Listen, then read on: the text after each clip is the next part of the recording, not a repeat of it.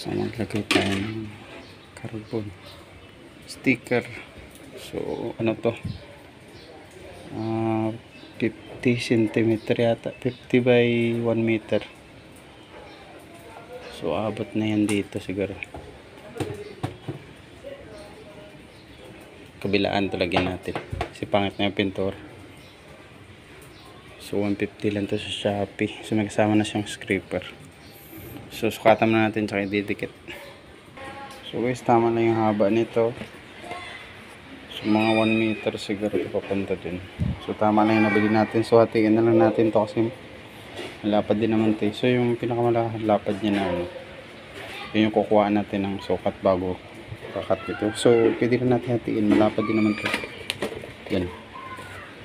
So mga dalawa, may sobra pa. Kabilaan to dito sa doon. So ito ano to, hydro dip siguro to, or ano, yung pinapahid talaga siya, yung ginagamitan ng ano, parang pantikit. So ito na lang kabilaan kasi yung pangit ng tingin. Try muna natin.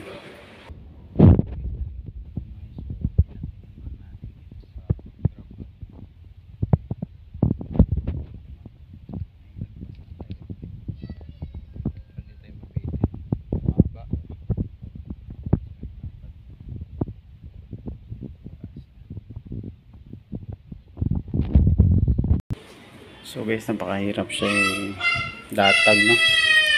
Maraming kantuhan. So maganda talaga sana dito hydro dip na carbon. Kaso medyo matrabaho yan.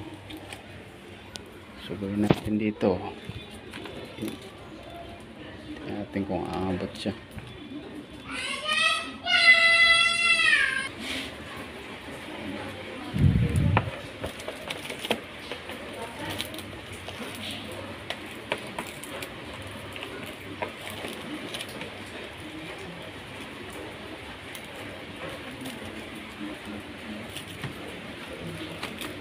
So may plastic pa siya guys, kung makikita nyo kulo-kulubot na yan. So pinaka pa-plastic pa niya yung na-cover para hindi siya magasgas pag kiniskis natin.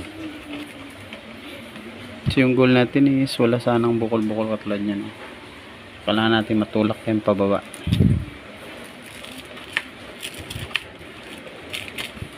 So napakahirap tong maraming kantuhan. So mahirap natin i-perfect ito.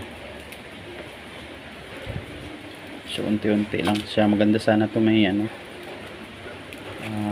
blower sana para mainit yung sticker. Mas madali natin siya maporma. So ganyan siya guys. So konti na lang. So may chance to mabuo natin. So first time natin maglagay nito, no. So at least ito yung hinabol ko kanina. Yan. Supportan niya mabuo.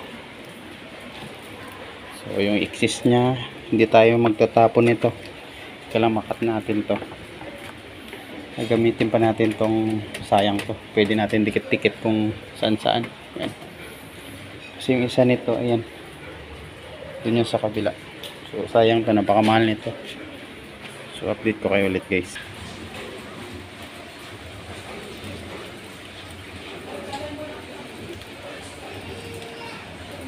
So patingin muna natin to guys,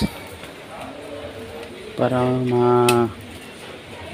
magawa natin siya maayos. So yan. So ayan, naporma na natin siya unti-unti.